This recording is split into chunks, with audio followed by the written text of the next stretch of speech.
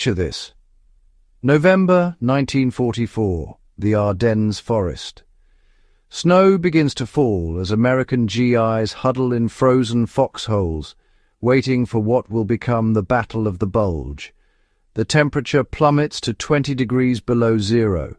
Men who survived North Africa and Normandy now face a different enemy, one that doesn't carry a rifle but kills just as efficiently: cold.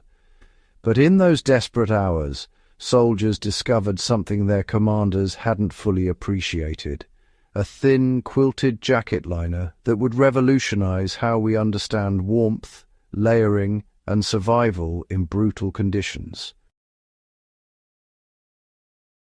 The MM1943 field jacket liner wasn't designed to be revolutionary. It was meant to be invisible, a supporting player tucked beneath the canvas shell of the standard field coat. Yet this unassuming garment, weighing barely a pound, embodied a principle that bushcraft experts and survivalists have rediscovered in recent decades. Effective insulation isn't about bulk, it's about intelligent design. The liner's diamond-quilted pattern wasn't chosen for aesthetics. Each stitched compartment created a pocket of dead air space, transforming the soldier's own body heat into a portable microclimate.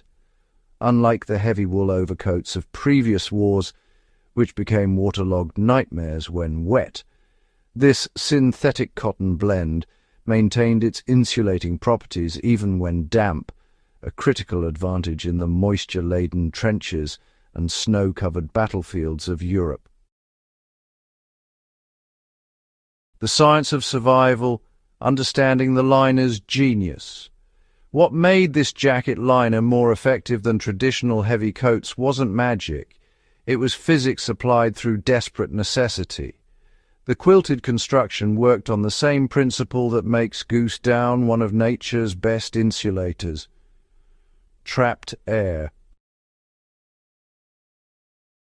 Each diamond-shaped compartment held a thin layer of batting that prevented convective heat loss, while remaining lightweight enough for soldiers to maintain mobility.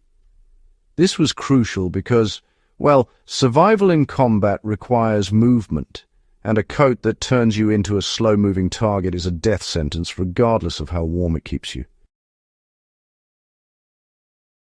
The layering system that evolved around this liner taught soldiers and later generations of outdoor enthusiasts that warmth comes from versatility. In the morning cold, you wore the liner under your field jacket. As you moved, exertion built heat, and you could shed the outer layer while the breathable liner wickered moisture away from your skin.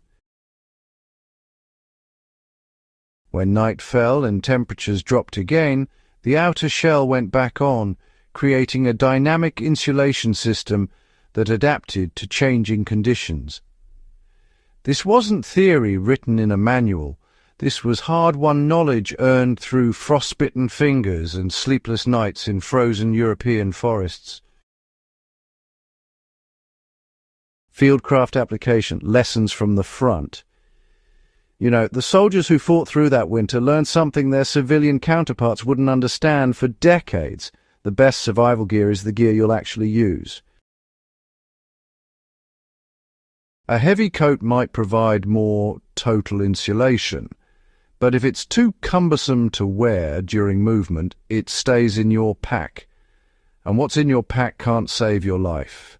The liner jacket became the foundation of what modern survivalists call the layering principle, where, honestly, multiple thin layers outperform single heavy garments by creating adjustable insulation zones while managing moisture and maintaining freedom of movement. These men also discovered that the liner's versatility extended beyond wearing it. Crafty soldiers use their liners as improvised sleeping bag liners, emergency blankets for wounded comrades, and even padding for hard wooden benches in temporary shelters.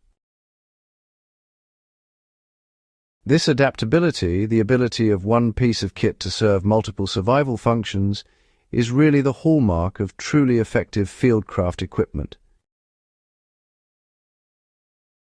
The legacy from foxhole to forest.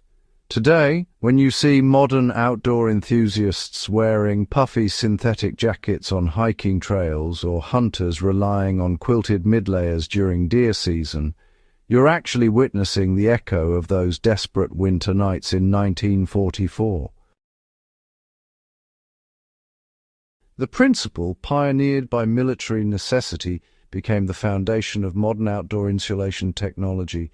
Every lightweight down jacket, every synthetic puffy vest, every packable insulated layer traces its lineage back to that humble World War II liner. The lesson here, really transcends military history. It speaks to a fundamental truth about survival and preparedness. Innovation often comes from constraint, and the most elegant solutions are rarely the most obvious ones. Those soldiers, well, they didn't have the luxury of heavy goose-down parkas or high-tech synthetic fills. They had what they were issued, and they learned to use it brilliantly. That mindset, making the most of what you have, understanding the science behind your tools, and adapting to conditions rather than fighting them, is honestly the essence of true fieldcraft. Closing, the enduring wisdom. As you stand in your own workshop or gear room today, consider the quilted liner's lesson. Survival isn't about having the heaviest, most expensive equipment. It's about understanding principles, adapting to conditions, and recognizing that sometimes the most effective tool is the one that seems too simple to work. Those GIs in the Ardennes didn't defeat the cold with brute force. They outsmarted it with layers, with knowledge, and with a thin jacket that nobody expected to become a legend. If this deep dive into forgotten military fieldcraft has sparked your curiosity, subscribe to Fieldcraft Chronicles. We're building a community of history enthusiasts, survivalists, and anyone who believes that the past holds essential lessons for living prepared, capable lives today.